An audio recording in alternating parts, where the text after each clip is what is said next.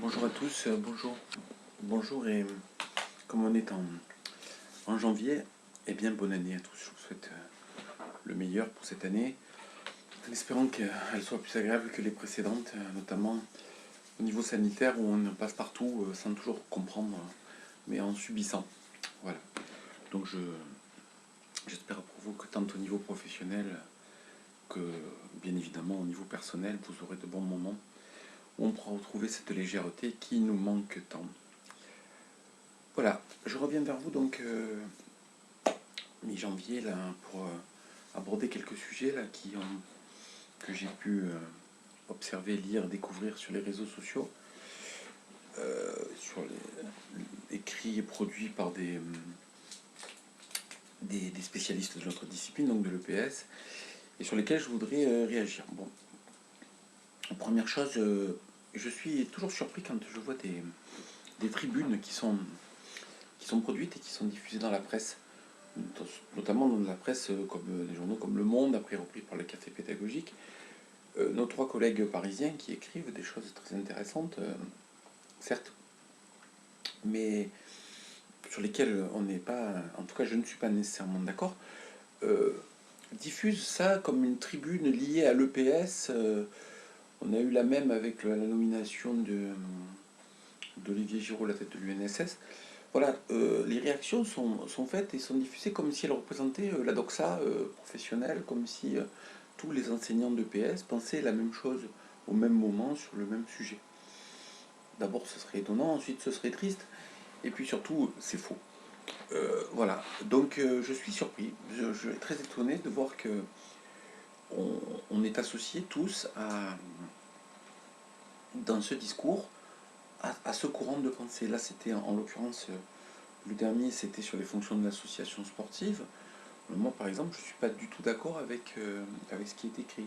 Ils ont repris un petit peu à la fin l'idée du S, voilà, en balayant la santé à un moment, puis enfin, on a repris les anciennes, hein, l'obésité, la sédentarité, les difficultés, les dérives du sport, patati patata, l'abandon par les ados, enfin, tout ça. C'est toujours les mêmes choses qu'on entend, dites et redites plus ou moins bien, écrites et réécrites encore aussi, là, plus ou moins bien. Voilà, on n'avance pas, on n'avance pas. Donc moi, je suis surpris que ce genre de tribune se veuille le reflet d'une pensée commune. C'est entièrement faux. Voilà. Si on veut discuter de PS, il faut qu'on se mette ensemble, pas en table, mais en table plutôt, ensemble autour d'une table. J'avais mélangé les deux. Et donc, et qu'on parle avant tout avec la fameuse expression que je reprends toujours, entendons-nous si on veut être entendu, hein, avant d'être entendu. Parce que là, on ne s'entend pas et les sons de cloche sont différents. Alors ceux qui ont de l'impact ou qui peuvent atteindre les médias nationaux le font, et les autres restent dans leur coin ou parlent par leur ordinateur, ou bien échangent au détour d'un stade ou avec des copains ou dans des lieux de réunion. Mais pas de diffusion nationale comme ça. Donc ça ne fonctionne pas. Alors vous me direz, il va y avoir les assises de l'EPS. Voilà, ben les assises, moi j'ai trouvé ça très intéressant. J'avais fait d'ailleurs une petite vidéo dessus. J'ai voulu y participer. Voilà, j'ai contacté la responsable via le mail. On m'a dit qu'il fallait que j'assiste à une réunion locale. J'ai exprimé mon intérêt, bien sûr. Donc j'ai dit ok, pas de problème, passons par le local avant d'aller vers le national. Il y a un fonctionnement hiérarchique et pyramidal, certes ancien, mais de fait respectable. Bon, j'ai pas du tout été informé de la réunion locale, je suis tombé dessus par hasard. C'était une visio à laquelle on pouvait participer. Voilà, et quand j'ai osé refaire remonter que tout le monde n'était pas consulté, et on m'a dit que j'avais participé à une réunion et que donc, voilà, et que c'était un problème d'ego. Bon, euh, de participer à une réunion, si c'est pas participer, c'est assister. Participer, c'est quand on fait avec. Là, quand on assiste et qu'on met deux commentaires sur le chat, le temps d'écrire, on rate ce qui est dit, c'est pas une participation efficace. Donc, de fait, tout le monde n'est pas consulté, donc de fait, ces assises ne seront pas représentatives, pas plus que les documents diffusés en termes de représentativité de toute la profession. Donc il y a des dysfonctionnements là. Moi je ne peux pas comprendre que, avec les soucis actuels de la discipline, les dangers qu'on connaît, sur lesquels on ne revient pas, eh bien on n'écoute pas tout le monde et que les bonnes volontés qui s'expriment et qui souhaitent participer, on les fasse pas venir. parle de moi, mais pas que de moi, bien sûr. Hein.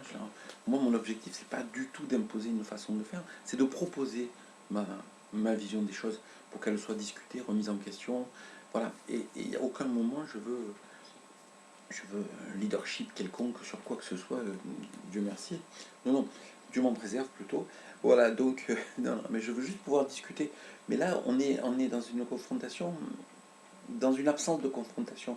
On dirait que c'est de la cooptation mutuelle de personnes qui pensent la même chose et qui ont verrouillé un système. Alors, bon, il y a quelques États qui ont fait ça, mais c'est des fonctionnements qui sont mortifères. À force de tourner en rond, on ne va pas s'en sortir.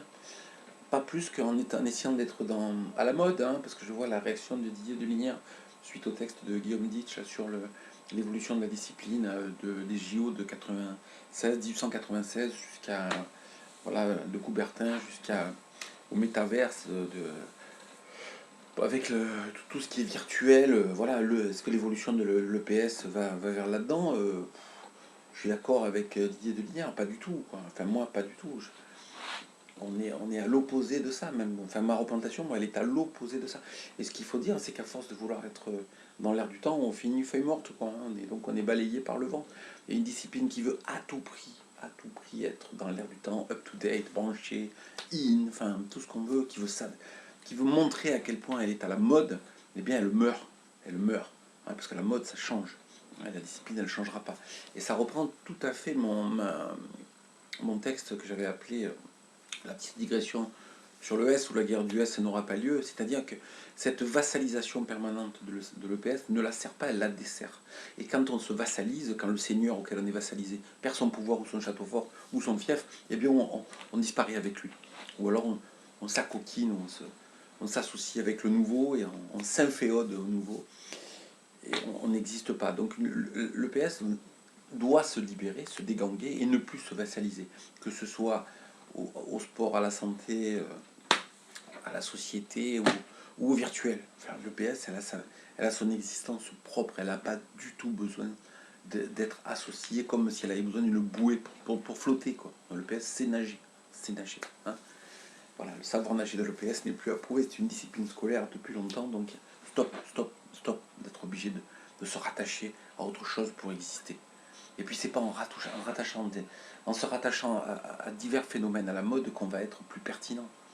On a des basiques, on a du solide, on a du concret, on a des besoins, il y a des exigences auxquelles on peut répondre sans aller chercher du soutien à droite et à gauche.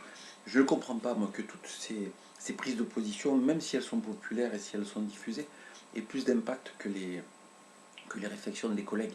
Je lisais l'autre fois, il faut cette phrase, je l'avais oubliée, mais qui est rigolote. Il faut penser le changement et pas changer le pansement.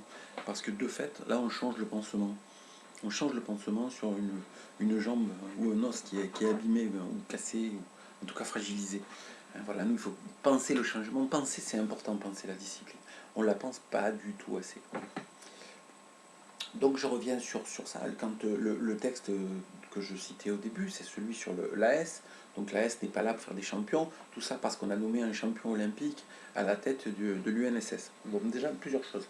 La première chose, c'est que tout ce qui parle là ne parle que de l'UNSS. Il y a une autre fédération sportive, qui est l'UXEL, qui est la fédération de l'enseignement privé catholique. Alors, effectivement, l'UXEL a eu ses dérives, a ses dysfonctionnements, comme l'UNSS, il n'y a pas de problème. Je ne dis pas qu'elle est extraordinaire, ni qu'elle ne s'égare pas dans de multiples activités qui lui font perdre le cœur de son métier. Pas de souci. Mais enfin, en tout cas, la façon de fonctionner de ceux qui prennent la parole et qui écrivent sur ces sujets est une façon d'écarter les 7200 profs de l'enseignement privé, parce qu'ils ne sont jamais concernés. Alors, bien sûr, il y a des gens de l'enseignement privé qui sont affiliés à l'UNSS, puisqu'on a le choix de sa fédération, affinitaire, hein, c'est un multisport. Bon, pas de problème. Mais balayer comme ça l'autre fédération, ce n'est pas très élégant. Deuxièmement, il a été nommé un ancien sportif de haut niveau. C'était le souhait. Il y a des sportifs justement qui ont parlé, qui ont dit qu'il faudrait que pour le sport scolaire, avec ces fameux JO là qui vont nous prendre la tête jusqu'en 2024, on verra après ce qu'il en est. Et ben avec il faut qu'il y ait un vrai sportif qui s'occupe de ça, du sport scolaire, parce qu'on a besoin, la pyramide, enfin, vous connaissez le système. pour faire des champions, quoi. Voilà, donc leur réaction c'était l'EPS n'est pas là pour faire des champions. C'est une erreur, je pense. Alors, première chose, ils ont nommé Olivier Giroud. Bon, il était arrivé, d'après ce que j'ai vu, je ne sais pas pourquoi ça a fuité, ni comment. Bon, peu importe qu'il est arrivé quatrième sur les 4 qui étaient pressentis, dernier, et c'est lui qui a été nommé. Donc c'est le choix du prince, hein, voilà, bah, c'est notre cher ministre qui a décidé. Alors peut-être avec des injonctions qui viennent de l'extérieur ou d'au-dessus, je ne sais pas. Peu importe, enfin bon, c'est Olivier Giroud qui a gagné. Donc Olivier Giroud, champion, qui va s'occuper des jeunes qui font leur championnat à la S. Bon, ben, il y a une forme de cohérence. Alors, bien sûr, le problème, c'est qu'il avait critiqué les pros de PS en disant qu'il ne savait plus faire une roulade avant. Et que, du coup, il ne pouvait pas enseigner le sport et les vertus du sport aux élèves. Ah, alors là, intéressant. Donc il avait dit ça avant d'être d'être nommé, donc il ne savait pas qu'il allait se taper les 42 000 profs de PS qui allaient lui dire, comme on l'a vu sur EPS Mania, qui allait faire des tutos pour montrer comment on faisait une roulade avant ou une roulade arrière même, surtout quand on a passé un certain âge, hein, ça peut être dangereux de se relever. Bon, parole maladroite, voilà. Alors, plusieurs choses. Bon, est-ce qu'il valait mieux un prof de PS pour s'occuper de la plus grosse fédération sportive? Sans doute. En tout cas, il valait mieux quelqu'un qui sache de quoi il s'agit. Est-ce que pour l'image du sport fédéral, du sport national, du sport français, le blason, le drapeau, il va mieux quelqu'un qui a été champion olympique qu'un prof de PS inconnu? C'est sûr. Donc on a deux positionnements qui sont différents. La réalité, pour moi, elle est toute simple. En EPS, on a 3 heures sur 20 quand on est certifié, donc un sixième du temps à peu près, qui est consacré à la S 3 heures forfaitaires, hein, qui sont un plancher et pas un plafond, hein, pour ceux qui les font. Voilà. D'abord, ces heures ne sont pas faites par tout le monde. Ça, c'est clair et net. Elles ne sont pas faites en termes de nombre d'heures effectuées, hein, de façon annuelle ou mensuelle ou hebdomadaire. Donc elles ne sont pas faites par tout le monde de la même manière. Ensuite, elles ne sont pas faites de la même manière. Il y a une forme de liberté dans la S. Donc c'est ni pour faire que pour faire des champions, ni pour faire autre chose. Hein, voilà. Ensuite, la S, c'est pour moi le lien entre le sport social et l'éducation physique. L'EPS est séparé de la S, est très séparé du sport. Hein, vous connaissez mon positionnement. Le PS, pour moi, c'est l'épanouissement physique scolaire. On est dans le corps, dans la motricité, dans la joie de faire et de pratiquer et de progresser, mais pas nécessairement lié au sport, mais plutôt avec un opportunisme de support qui dépend des finalités, des objectifs visés. Donc il y a le PS d'un côté, et puis il y a la S qui est le chaînon manquant, qui est le trait d'union entre le PS et le sport, qui sont deux univers séparés. Hein, donc je viens de lire un article là, sur l'économie du sport, avec la Coupe du Monde au Qatar, avec Gazprom qui est sponsor de la Champions League, avec les Jeux Olympiques en Chine. Enfin, on voit bien qu'il y a une mainmise de l'économie sur le sport qui fait qu'il faut à tout prix se détacher du sport en tant que prof de PS, sinon on va perdre tout ce qu'on a, tout ce qu'on aime et surtout notre âme. Donc là, il y a quelque chose de vraiment à poser. Donc l'association sportive qui, elle, est assez reliée. Alors, dans leur article, ils disent que la S, c'est pas le sport, mais la S, c'est ce qu'il y a de plus près du sport quand même. En AS, on dit plus à ça, on dit sport, on revient sur le vrai nom. Hein, on fait plus d'hypocrisie dans dénomination, on dit on fait une AS avec l'activité bien spécifiquement précisée qui est celle du sport social. Et puis à la S, il y a des compétitions, il y a quand on n'a pas de pandémie bien sûr, des compétitions, des championnats, des titres nationaux, donc ça on fait des champions. Bien sûr qu'on fait des champions à l'AS. Et on vise même, quand on a un objectif, sur l'objectif de performance, on vise même à avoir un titre de champion de sport scolaire qui est reconnu par les fédérations. Donc à l'AS, il y a plusieurs versions de l'association sportive, mais l'option faire des champions existe. On fait participer des élèves parfois pour la première fois à une vraie compétition, avec la tenue, tout le décorum qui va avec, les contraintes, les aléas aussi, les pressions. Voilà. Et puis on les amène jusqu'au titre au championnat de France et parfois au titre en sport collectif, en sport individuel, peu importe. Et d'ailleurs, à une époque, maintenant ça n'existe plus, on avait une note qui est la note du bac, on pouvait avoir un 16 quand on faisait un podium national ou un arbitrage national, ce qui a fait pas mal de polémiques, mais en tout cas un podium national, 1, 2, 3, donc, et puis on avait 16 sur 20, puis un petit oral qui permettait d'aller chercher les 4 derniers points. Donc il y avait une valorisation de la pratique à l'AS et des titres. Donc on fait des champions, et être champion, ça rapportait des points. Donc de fait, l'AS peut servir aussi à faire des champions. Donc le positionnement d'un ancien champion n'est pas complètement incohérent. Et puis laissons la chance au produit, on va voir ce qu'il va faire. Deuxièmement, l'AS, ça peut être un moment de loisir et de rencontre. Moi, dans mon établissement, il y a des créneaux d'AS variés, et ceux qui viennent, souvent, ne veulent pas du tout être des champions, puisqu'on a bien compris, on le voit bien, que les fédérations dégringolent, plus personne ne veut faire du sport fédéral, mais que du sport loisir et de plaisir. Donc les fédérations s'essoufflent, ont peur, essaient de récupérer d'une manière ou d'une autre leurs adhérents, et de se positionner dans cette optique. Et donc quand je fais du sport loisir, les gamins ils viennent, ils peuvent faire par exemple une demi-heure de foot, une demi-heure de basket, et trois quarts d'heure de ping-pong. Ils ont fait leur mercredi après-midi, voilà. Alors vous allez me dire une demi-heure, trois quarts d'heure, ça fait pas 3 heures. Non mais je vous passe les détails, les changements, les repos, les discussions, ce qu'on fait, voilà. Ce loisir, ce temps de rencontre qu'on faisait avant dans la rue quand on jouait avec les copains à faire du skate ou du foot. Voilà, puis maintenant plus personne ne fait ça, hein, de toute façon il n'y a plus la place, puis c'est dangereux, puis avec la pandémie on ne peut plus, puis avec les portables les parents veulent tous savoir où sont leurs enfants. Donc c'est fini, donc l'AS peut-être peut offrir ce moment de loisir, ou ce moment aussi qui n'est ni de la détente complète, ni une recherche de compétition, mais entre les deux, une recherche d'entraînement pour développer ses compétences et capacités, avoir la joie d'apprendre et d'améliorer son niveau, d'aller devenir le champion de soi-même dans une activité ou une autre, pour le plaisir de progresser seul ou avec des copains le mercredi après-midi, ou entre midi et deux, ou le soir ou le samedi matin, dans les créneaux que vous voulez. Donc la S est multiple et variée. Donc on peut ni condamner quelqu'un parce qu'il est champion, ni condamner un fonctionnement de la S parce qu'il est basé sur la performance. Tout ça, c'est ridicule, puisqu'il y a tous les possibles sont offerts. Donc ne posons pas dans des médias une critique d'un fonctionnement qui est uniquement lié à un positionnement qui n'est qu'un parmi d'autres. L'intelligence se niche toujours dans la nuance. Il faut nuancer son propos, ni dans la critique sauvage, ni dans le. Il ne faut pas être manichéen, parce que ça ne marchera pas. Autant de façons d'être prof de PS, autant de profs de PS. Hein. Il y a beaucoup de variables et de possibles.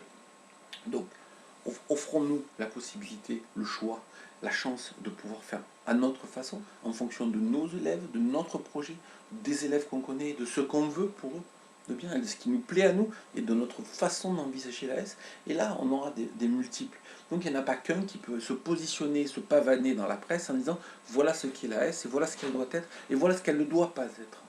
Ça c'est faux, c'est une erreur, et vouloir se positionner comme ça en tant que détenteur de la parole sacrée des enseignants de PS relativement à leur forfait d'AS, c'est une erreur et une prétention.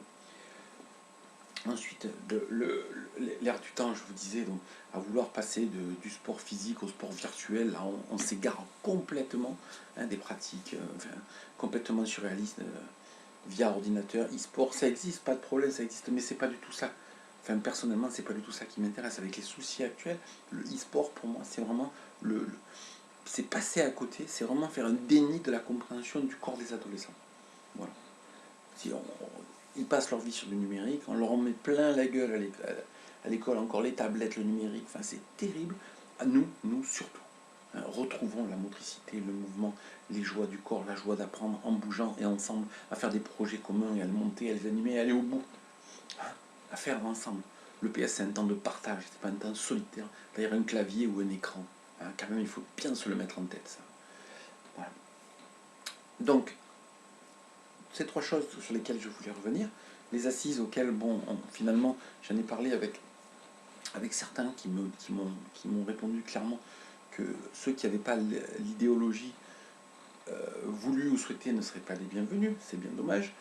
Comment faire un débat et comment après faire une lettre ou un écrit pour les responsables politiques, hein, ou les candidats aux élections, si on ne représente qu'un petit pourcentage de la profession, c'est ridicule.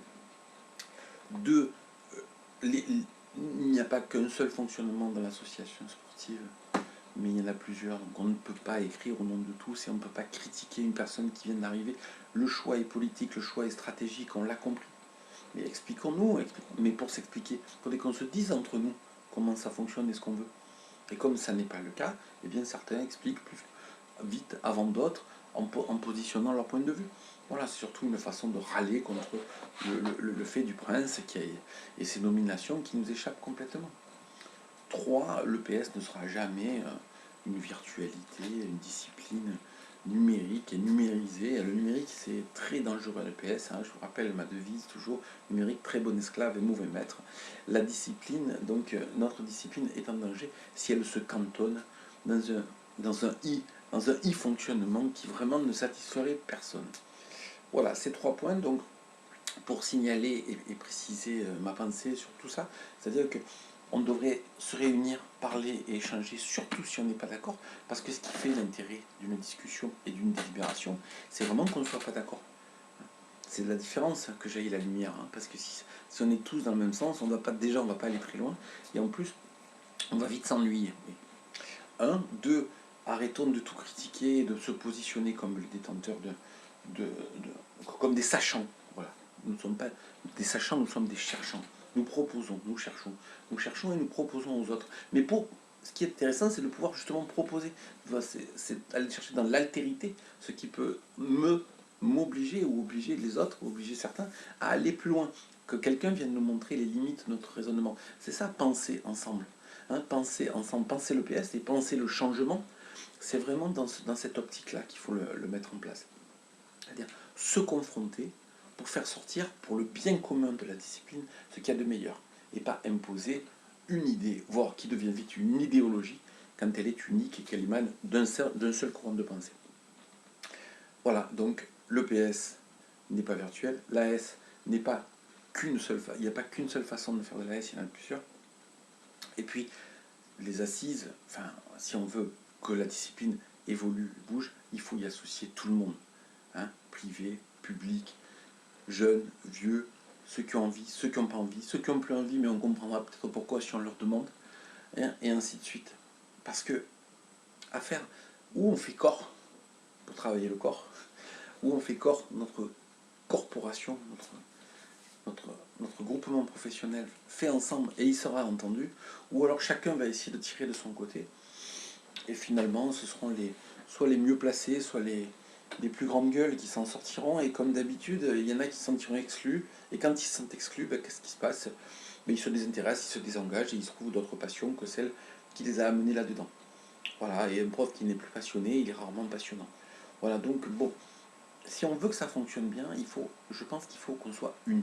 Et pour être unis, il faut s'écouter, s'entendre, se parler, se proposer, se dire ce qui ne va pas de façon cohérente, simple, et comment dire, avec la fameuse bienveillance, mais aussi avec fermeté. Si on n'est pas d'accord, on se le dit. Moi, il y a des choses avec lesquelles je ne suis pas d'accord, je le dirai avec plaisir. Voilà. Je pense avoir fait un petit tour rapide. J'espère que je ne vous ai pas ennuyé avec toutes ces histoires bien professionnelles, un peu corporatistes. Je ne suis pas rentré dans le syndicat ni ailleurs, mais il y a quand même quelque chose de l'ordre de la prise en compte de tout ça, qu'on reliera peut-être au concours, aux exigences, à la façon d'envisager le métier pour les entrants. Parce que nous qui sommes là, il faut voir qu'on a été formés les années il y a très longtemps, et on a vu les choses évoluer, et peut-être pas toujours dans le bon sens. Ce qui permet de donner un avis sur une discipline, c'est le fait de la pratiquer. C'est le fait de la pratiquer depuis un moment aussi. Cette espèce de recul qu'a l'ancienneté, l'expérience, eh bien, elle permet de donner un avis. Alors, je ne dis absolument pas que l'avis de l'expérimenté est meilleur que l'avis du débutant ou du néophyte, qui a plus de fraîcheur, qui a des connaissances nouvelles, qui a été formé différemment et qui s'est formé différemment et qui s'est construit. Comme je disais tout à l'heure, à chacun son EPS et à chacun sa vision des choses. Mais ce que je voulais proposer là de façon extrêmement simple, c'est une ouverture pour un vrai débat. Et pas une confiscation de la parole par certains qui seraient des sachants. C'est pas possible, parce qu'on va se décrédibiliser très rapidement, puisque les tenants du pouvoir vont se rendre compte qu'on n'est pas tous d'accord. Et donc ça peut pas fonctionner. Ou alors, si ça fonctionne, ça laissera de côté, à l'arrière, ailleurs, devant, au-dessus, mais en tout cas pas en même temps, tous ceux qui n'ont pas été associés. Il n'y a rien de pire que de ne pas être associé à la réflexion, à la pensée commune sur le cœur de son travail. Parce qu'on se sent exclu, quand on se sent exclu, on se désintéresse et on se démotive.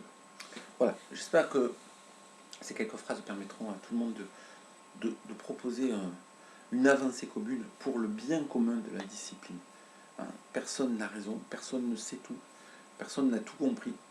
On a tous des visions, des idées, des envies, des rêves, cette discipline avec l'impact qu'on lui connaît et l'importance qu'a cet impact, à savoir sur le bien-être physique des jeunes générations, eh bien, réfléchissons-y ensemble, parce que là vraiment, je pense qu'il est temps, et au lieu de s'égarer dans des prises de position des uns ou des autres, il vaut mieux qu'on réfléchisse avant, en amont, à un positionnement commun. Merci de votre attention.